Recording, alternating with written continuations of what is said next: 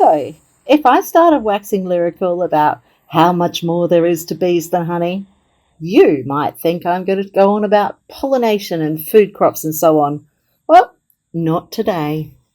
Today, I want to talk about a product that could potentially be very beneficial for human beings in the areas of medicine in particular. It could be a cure for cancer. It's already been shown to help in the treatment of antibiotic resistant golden staph and so many other benefits besides. Welcome to Wood Wide Web.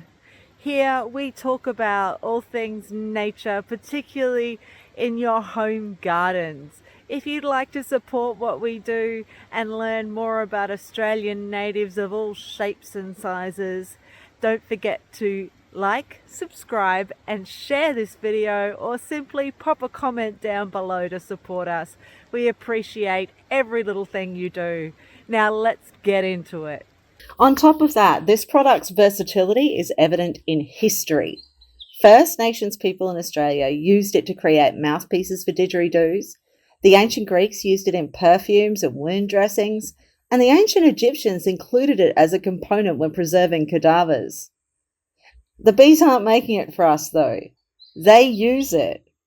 It protects their hives inside and out. It's so valuable, in fact, that if you leave some outside the hive, they will harvest it and take it back into the hive. That's exactly what these bees in the footage are doing. They are recovering propolis. It's a mix of plant resins, oil, wax, pollen, and many other chemical compounds. The term propolis comes from the Greek pro, meaning before, and polis, meaning the city, which translates to defender of the city. Defender of the city. Propolis is used to seal the hive to prevent predator access, and it's believed that it also prevents diseases, molds, and funguses of the brood and stores. Most social bees create some form of propolis, but recent studies suggest that stingless bees produce the best propolis in terms of potential value to human society. And that's all stingless bees over South America, Africa, and Australia and Asia. The constituents vary from species to species and hive to hive, and are also dependent on available resources in their foraging environment. So they collect what's around them and use them, so it's hard to define propolis in terms of definite ingredients. What they do is they collect the plant resin, mostly from trees, they ingest it, and then a special gland adds oil and wax produced by their bodies. They also mix it with pollen and various other chemical components which are dependent on environment, and far too many to list here. One study analysed various Tetragonula sapiens hives, and Tetragonula sapiens is the species that you're watching in the footage. They did this in Indonesia, where Tetragonula sapiens also occurs, and came up with the following values. Resin, mostly from trees, makes up 50 to 70% of propolis. 30 to 50% is comprised of oil and wax. Pollen makes up 5 to 10%. And then there's other chemical compounds in minute quantities. So researchers are currently exploring many possibilities for this sticky substance, and trust me, it's sticky. When you get it on your fingers, it's quite hard to get off. It can be harvested from hives sustainably, obviously in moderation, to prevent stress to the bees.